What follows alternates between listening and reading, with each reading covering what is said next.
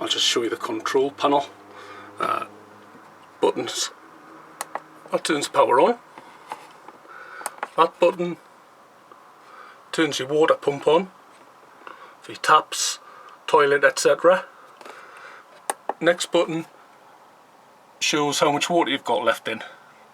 This needs refilling, which is why you can see it flashed up and down.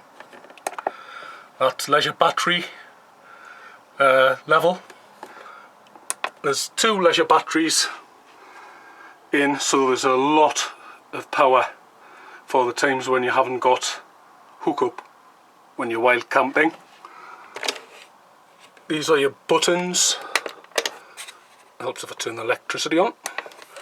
These are your buttons for your strip lights on here. There's lighting, spotlights under every seat as well, and curtains.